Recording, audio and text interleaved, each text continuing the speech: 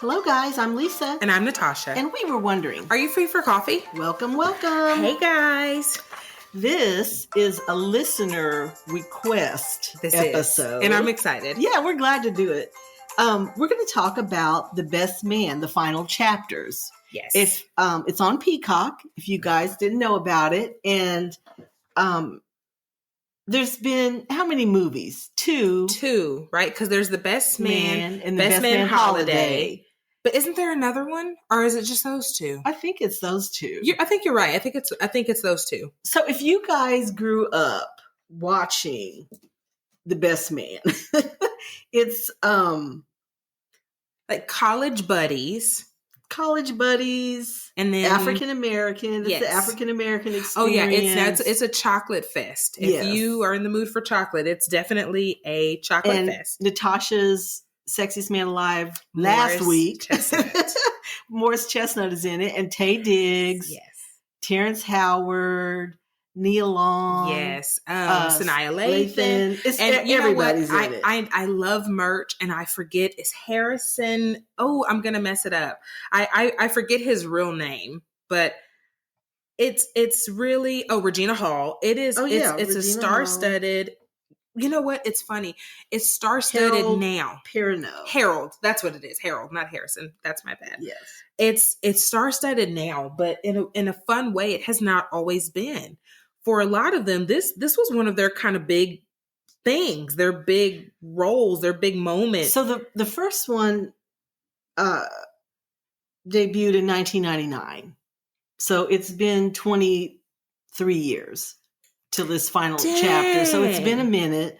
The Best Man Holiday was 2013. Yeah, that sounds about right. That doesn't seem right. Yeah. Was it that long ago? Okay. Yeah. So they've spaced them out pretty well. My impression, it reminded me, not the subject matter, but just how they evolved the characters. It reminded me of And Just Like That. Yes. Where we kind of grew up.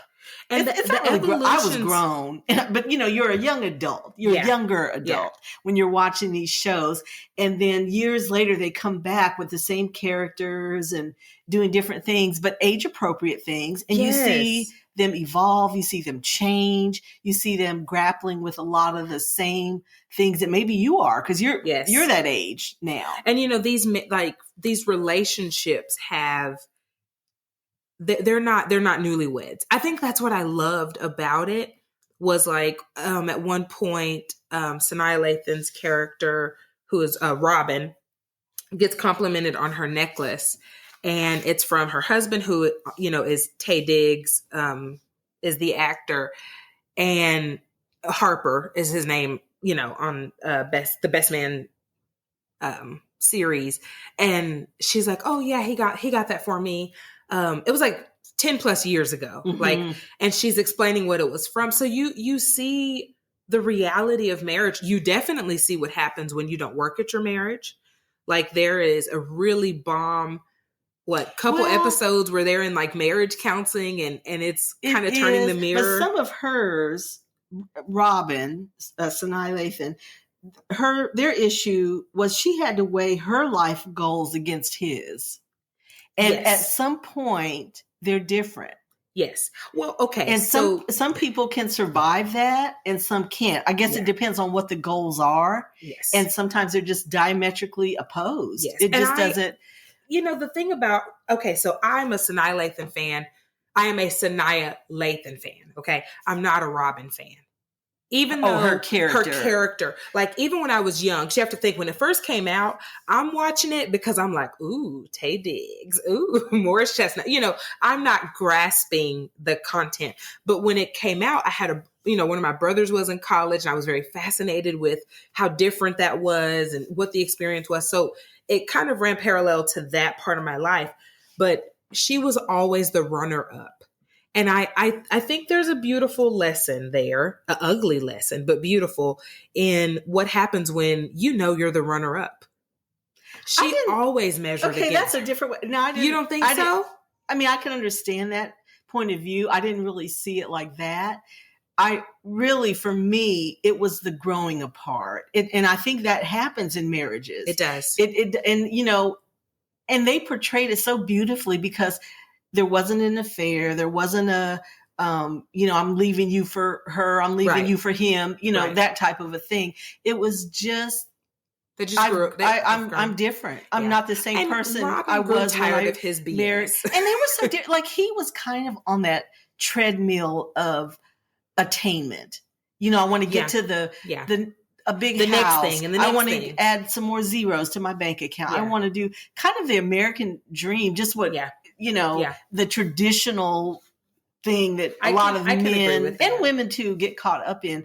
And that was not her thing. No, it was not. That was not how she gauged success. But when you're not on the same page, right. He wanted to move into a fancy neighborhood, a fancy apartment. And that like, wasn't her jam. What's wrong with where we are? She lived and then she wanted to give back to the community and get into more altruistic endeavors. Yes. I mean, it wasn't he was against it, but that wasn't at the top of his list. No. So they were just so different. And that happens to a lot of people. But a term, guys, I can't remember if Lisa's ever used it on the show before, but it's very true. She talks about how as time passes, the tint kind of fades from your rose-colored glasses. And for me, when it comes to Robin's character, she was always worried about Nia Long. She was always, Jordan is the character name, who is played by the ever stunning Nia Long. She was always kind of intimidated, always kind of worried about that. And for me, I felt like as she should be, but in this, it really spoke to her being, Robin just saying, I'm not doing this. Yeah, I'm not going to play second fiddle. I do. But okay, for you guys that have not seen it, Jordan, Nia Long was Taye Diggs, Harper's kind of friend with benefits, just best friend. They were just best friends. And, as often happens, you realize you're in love with the best friend, right. Kind of situation. Although he marries Robin, who is but he loves Robin too. Yeah, he does. I mean, he does. And I mean, kind of shows you, but speaking of Jordan, her struggle is kind of finding a balance. She's kind of a workaholic. She and Harper are on the same page. They are. And you know what? It is that conundrum, right? Where they're best friends because they are similar. Right. In that capacity, very workaholic, very workhorse, very driven, very, well, what's next? Well, this has to be perfect. And they struggle with finding a balance. Of their life, and then the corporate. But what I did love, and I want to tell you guys, if you have not seen this, maybe hit pause and go watch it on Peacock, because I'm going to kind of sort of give something away here in 3, 2, 1. I think one of the things that I loved at the very end was when Jordan told him, I cannot be your soft place to land. I love that. Yes. I love that she was self-aware enough to know, I'm not doing that. You get yourself together first. They did have their little kiss, which I thought was pure ratchet. They were wrong for that. They did have their kiss, but I still really applauded the fact that she was like, I cannot be your soft place to land. Like, I can't be that. Where he had to make a true choice. Which they kind of leave that up in the air. They allude to it, but there's never like a real, so what did definitive, you think? Now, okay, what are you going to say? What did you think about Terrence Howard? Okay, Quentin. But he came to the realization that he loved his side piece. Girl. I mean, she was a long time side chick. So if you guys don't kind of know the backstory, they had the typical love-hate, off and on sex relationship. Yeah. So all about sex. Shelby. Is it Shelby? Shelby. Until it's Shelby it wasn't. It turns into something else. And I think they were both terribly afraid of true rejection, if you ask me. And commitment. And commitment. But they were both so afraid of what happens if I tell this that's right, this person can hurt me. So if I tell them my truth, but babe, let me tell you something. Miss De Sousa, I don't know if it's Sosa or Sousa, her real last name. Baby, Shelby showed up at that bachelor party, honey, in the year of our Lord 2023. And I said, I need to get back doing yoga. I love how she fell at the beginning. Remember, she kind of like falls and they help her up because that made it seem so real. And I loved how she was out of breath at the end, but she did it. Now, but that. They all look great. They did. And it was realistic. They all have, there's some conversation about that where she was like, I can't be going through menopause. I'm 40. And Regina Hall's like, again? like, how many times have you been 40, baby? 49? Yes. And so but Quentin, there were some other issues with him. Yes. His father was experiencing some health issues. Some dementia type of behavior. Yeah, so that... Oh, did that kill you? Well, that hurt my soul. It did, but what I do love in these stories is how they are age appropriate. People, this is what if your parents are still alive, you're worried about this. This is what's going on. And the other thing, he had a heart attack. Girl had that heart attack. He had a heart attack, and it was really him coming to grips with his mortality. Yes. And having to make some lifestyle changes. Yes. And then her fear of, I finally got you. I'm scared to be intimate with you. I don't want to hurt your heart. I don't, That was so realistic. Which is real. Because, they're real things. When the doctor or nurse comes in, they're like, well, we're going to need to, kind of be careful. You have to wait for a little bit, long. wait so long. And she's like, I'm sorry, what? Yeah, no sex. No sex at all. Like it was very real. The entire thing was so relatable. It was very, very real. Just the problems that they dealt with. It just was. I loved it. And I don't know. Terrence Howard, I love seeing people grow up. I do too. Quentin was my favorite character. I want y'all to know this. And very interesting. Terrence Howard said this was his last acting. This is it. Oh yeah, he kind of retired. He retired, and I was like, "What?" And so I've, for no reason at all, guys. I didn't like Quentin. I'm not like a huge Terrence Howard fan. He's kind of the comic relief for me. Yeah, in the story, because he always he says just the typical off the wall African American humor things, which cracks us up. I don't know. Everybody doesn't like it, but it's funny to me. It is, and he's kind of it takes you home, kind of. And we all have a friend like that, or a family member. That's just gonna say it. They're gonna say what everybody's thinking. He cracks me up. Break it down for you. Now Harp was kind of Harp is a bit narcissistic. Let's just be honest. Oh, he is. But you know what? There's a lot of men are. I think all of them, except Merch. And I think Merch kind of got like that. Well, Merch, baby, y'all push my boy to the edge, baby. We're gonna get on Merch, but Merch was like, y'all have messed with the wrong one. But I did love one thing I loved about Harper and Quentin's relationship was Harper kept asking him, like, "Are you sure? Are you sure?" And I think subconsciously, and this was if he was sure he wanted to marry the unicorn. He kept are you because sure? He kind of knew because he's like, "Are you sure? A connection Are you sure?" with someone else. With someone else. Yeah. And that was the foreshadowing to what would happen with his marriage. Yes. Because he knew deep down inside, I think subconsciously, deep down inside, however you want to put it, he knew if your heart is with someone else, this is never going to fully be it. I think Harp was the quintessential character that loves two people. And there's stories like that. Do you feel like he loved Robin in the end? I do. Oh, I really do. I don't. Now, and then I think he almost, some of me feels like, just like what Jordan told him, you can't use me as a soft place to land. Yeah. So it's kind of like, I'm not even sure if it was so much him being into her or she was a safe place. Ooh. You know what I mean? Because I do think he loved No, I see that. Jordan, but they're not Jordan. I do think he loved Jordan, but I think he loved Robin too. Right. But Jordan was safe in all of their similarities. He didn't have to worry about them being so opposite. He were so different. They were just on different trajectories.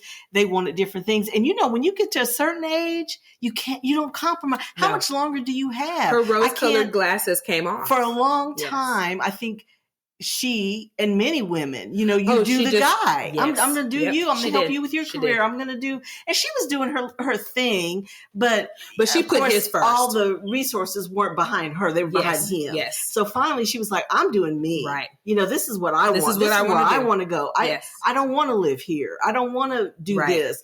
And she put herself first, and I'm not mad at her for that. And but I do think he loved her. It maybe wasn't in the way that she needed to be loved. Maybe he loved her, but he definitely wasn't in love with her. I think the move for Harper, where I was like, you are a sack of crap, was when he left the notepad detailing his little kiss moment with Nia Long. Like, it was a cop-out. It was such a... But hasn't he always been the front boy? He has. I mean, because let's be honest. The whole story. Even with cheated on Lance, with Lance's wife. Guys, can we talk about Lance for a minute? Like, what is he drinking, y'all? Because I need to do whatever the hell. He looks really good. They all do. I thought they all look amazing. I like Nia Long with a little weight. I love it. I love it. I feel she's kind of booby. She's booby. She's more chesty. She looks like gorgeous. A grown up. She's gorgeous. They look age appropriate. I imagine they're in their 50s, maybe some of them early 50s, or at least. Nia Long is 52. Okay, so it's all age appropriate. They look age appropriate. Yes. Things now, Morris Chestnut don't look age appropriate. I want to know what the hell Fountain of Youth he done found. Well, you know what? When he had that beard, though, I had to look like, who is that? Didn't he look so weird? He was supposed to look like, I know, but I was kind of like, yeah, don't do that. You that look was like not you, my baby. Move. It's so funny. My husband he's going bald, like as people do. And my joke is the more kids you add to the recipe, the faster what you have left is going to go. And he's like, I don't know about any bald guy. My husband can't grow a beard, y'all. He has like no chest hair. I used to think he got it waxed. It was so strange to me. Like he's smoother than most women. And I was like, Morris Chestnut doesn't have a beard. As a matter of fact, he looks horrible with that beard. I bet that one was fake. It was. It had to be. It just looked awful. Horrible. But once he got it together, I think we can all appreciate when Morris Chestnut jumped in that pool. Because, honey, I said, wait a minute. Now, what has Peacock done? Morris Chestnut, Lance, that was some amazing growth. It was. Now that was an interesting. That was multiple too. That was multiple. It showed grief and how people process grief, and it's not always the same. Sex. Quentin's dad asked him, "Oh, I'm sorry about Mia, son. How are you coping, pussy, sir?" And I was like, "Oh, okay." Well, he told the other friends that too. Just sex. Sex is what I'm doing. To him. That was how, and a lot of people do use that. Yes, as a because I guess. You feel alive. Well, hello, he feels alive. Your endorphins are going, but he has no connection to these people. Yeah, you just get out of your head. You just get out of your head for a moment. Yeah, for a moment. But I liked the storyline. I liked him kind of falling for the hostess who was team. I don't care if you're famous. The hotel girl. Yes. I really liked that. And the relationship with his children was interesting. It was good. And then they had kind of a trans or was he trans? He was non-binary. Okay, so which now a lot of people are dealing with. Maybe not that, but there's issues with your kids. Yes. Serious issues as they grow up. And as my uncle used to say, little people, little problems, big people, big problems. So the older they get, the more intense the problems are. So it kind of worked through that. And honestly, while he was out grieving in his own way, his kids were growing up and he was missing parts of it. And that part was what it was. Like there was a little kind of nod to that because Nia Long was like, oh yeah, I got that for her. And it was something really small, but it was something that he missed it because he was grieving and he was trying to process, and time doesn't stop. And let's face it, he was not the primary caretaker of his kids. His wife was, and she's gone now. So that left a void for them. But it was kind of interesting to see the kids grow up, to see him being in a very masculine type profession. Yes. And then you have a child who is not. Your firstborn son. A son. Who is like, and he was good at football. He just wasn't interested in it. That he's going to, follow in my footsteps and do the thing. So that was interesting. That happens in a lot of families. I love the LJ storyline. That was interesting. I liked LJ's friendship with Quentin and Shelby's daughter.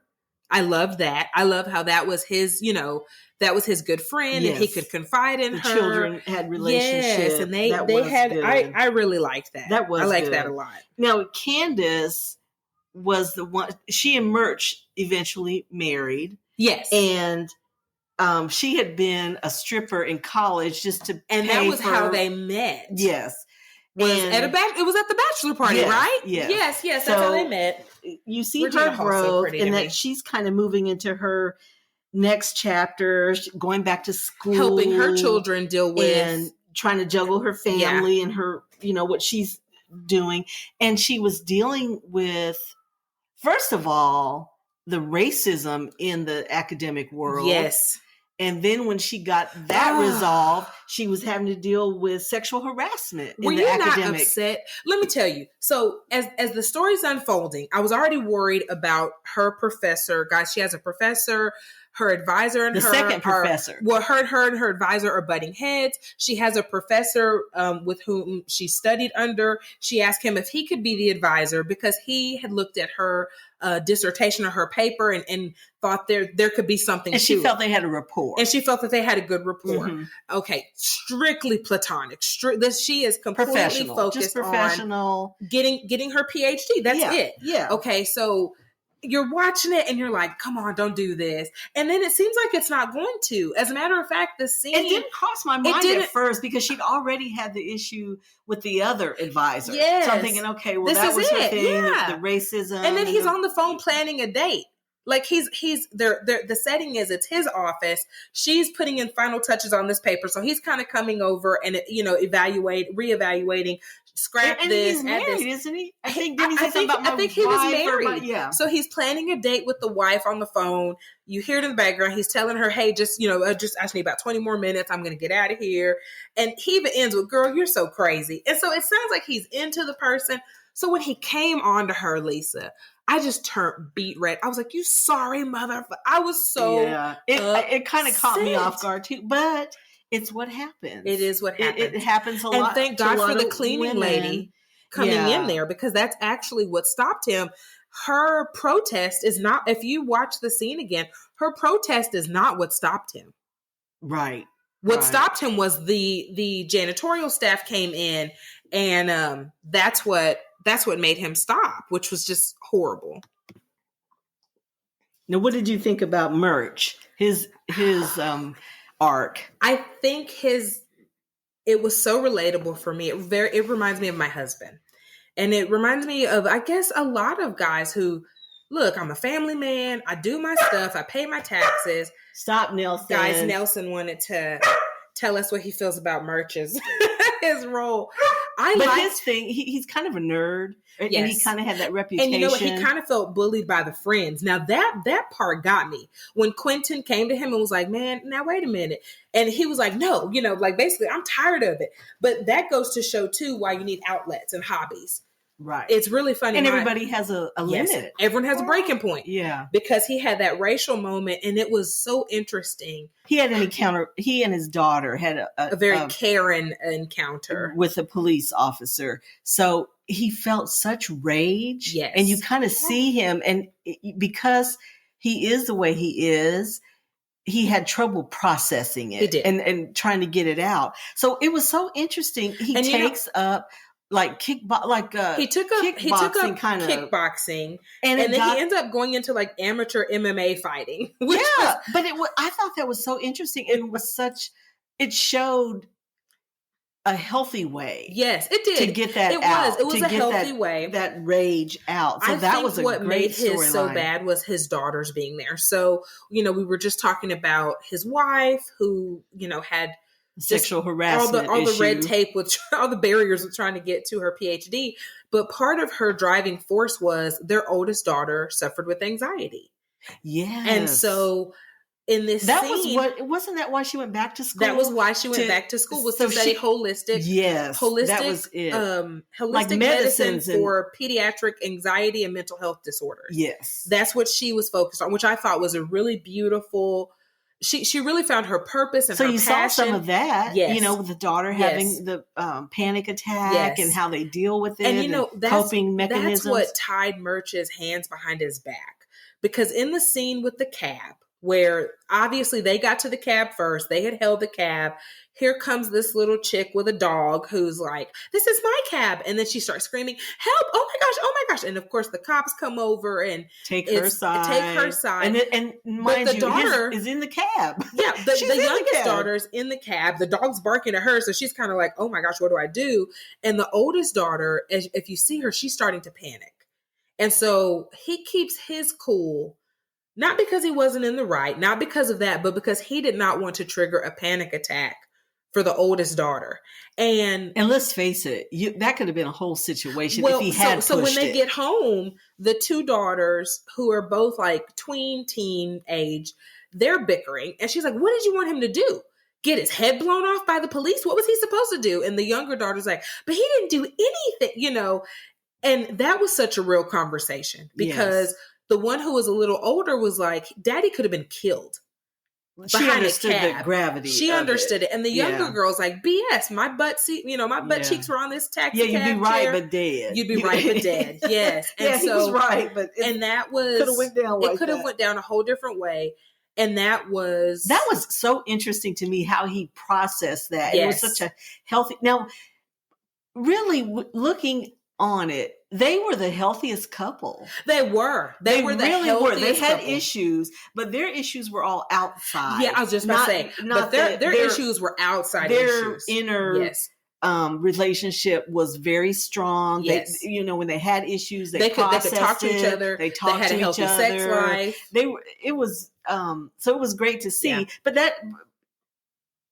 let's point out though, just because you have a great marriage doesn't mean stuff's not going right, because stuff is not going on. So he was about to. They were healthy, but they have a lot of other things going on. So it was a great story. I loved it, and if you guys haven't watched it, it's worth a watch. It is. And I would encourage you. They do enough little flashbacks, kind of, that if you haven't seen Best Man Holiday or Best Man, you honestly could watch it, and it does help. But you could still be entertained. Yeah, you can still be entertained and kind of follow. I forget, y'all.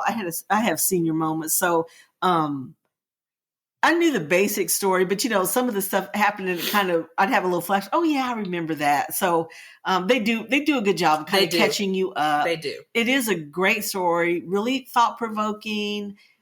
Lets you have discussions. Like, I think. It's topical. It has a lot of hot topics and things that you can kind of talk about and think about, like, how they did certain things, how they processed certain things, how they solved certain things. I liked the friendships. I liked the person who actually wanted us to cover this, who suggested this as a show or as an episode.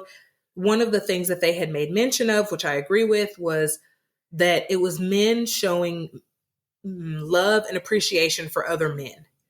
And I do think that is very important. It showcases friendship. It showcases all around, friendship and relationships and accountability. Yes. Like, there was a point where, Harper was being Harper, driven, stuck on himself, self-centered, selfish. That's Harper. That's the storyline.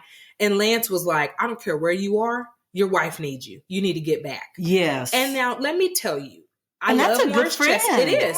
I love Morris Chestnut, but I don't want to paint Lance as an angel, because Lance was not an angel. No. Lance is a man who lost his wife and realized just how much he lost when he lost his wife. Yeah. That's what it was.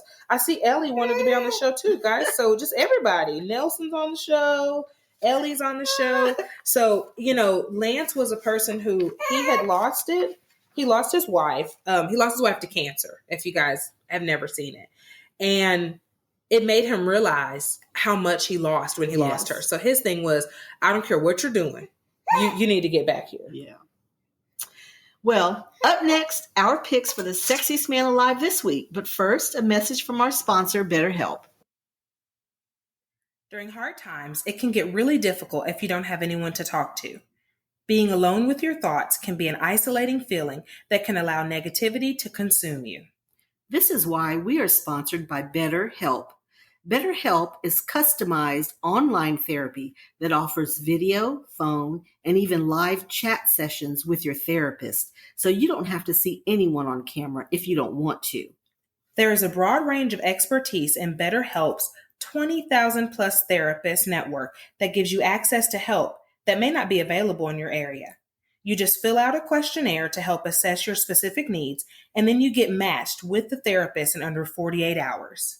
Then you schedule secure video and phone sessions. Plus, you can exchange unlimited messages, and everything you share is completely confidential. You can request a new therapist at no additional charge anytime. Join the 2 million plus people who have taken charge of their mental health with an experienced BetterHelp therapist. So many people use BetterHelp that they are currently recruiting additional therapists in all 50 states. Get 10% off your first month at betterhelp.com/free-for-coffee. That's betterhelp.com/free-for-coffee. Okay, well, obviously, I'm not going to choose Morris Chestnut again as Sexiest Man Alive, even though we all know how I feel about him. So who are you going to go with? Even though I do have my person. I'm going to do Taye Diggs. I think I've done him before, but he's worth it's been a long time. Yeah, and he's in the show. Let's keep it handsome. Topical. He is such a... And he's aged well. Really well. Do y'all remember how Stella got her groove back? Yes. Now that was when I first saw Taye Diggs. Better. He does. He does. But I remember I was young and I was like, oh, but he looks even more handsome to me as he's gotten older. Yes. To me, and he's got a confidence about him. He does in every role. He just has he just exudes confidence, and that's really sexy. Fun fact, and this is a kind of a shout out to one of Lisa's little grandsugars. His ex-wife is the singer for Frozen. Yes, and they have a child. So together. They're co-parenting. But every time I think of Let It Go, I think of your baby, and I'm like, oh. So I bet y'all have some kids in the house that love that too. That wore it into the ground. Yes. So my Sexiest Man Alive this week, in a strange twist of events, is actually Terrence Howard. I loved him in this role. Quentin was my least favorite character, and he became my absolute favorite. I was so vested in what was happening with him. You know, he showed the most growth. He really did. Yes, he did. He really did. And you know what? His was on his own. Like, Lance grew because his wife died. You didn't have a choice. Right. But like Quentin... Circumstances. Yes. But, sorry, guys. She is just chiming in. I guess her Sexiest Man Alive this week is probably her daddy. She don't know anybody else. But yeah, his growth was just...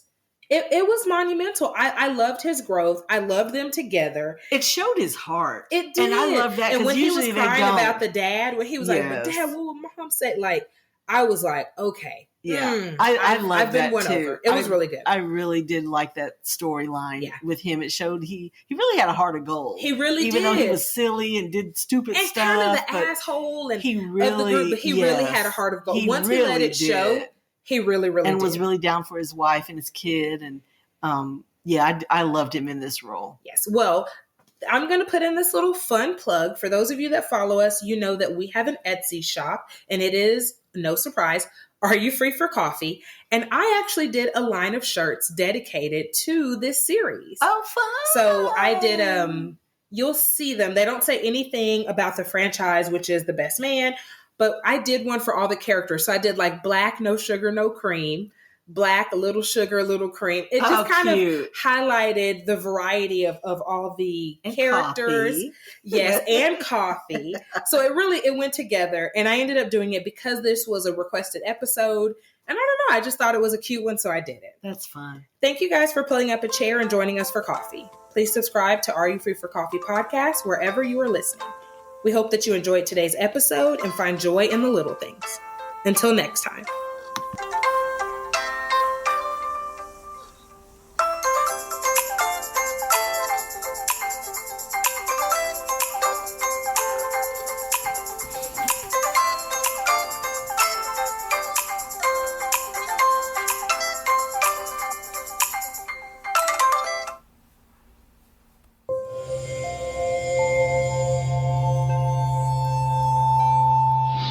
of the Boundless Audio Podcast Network.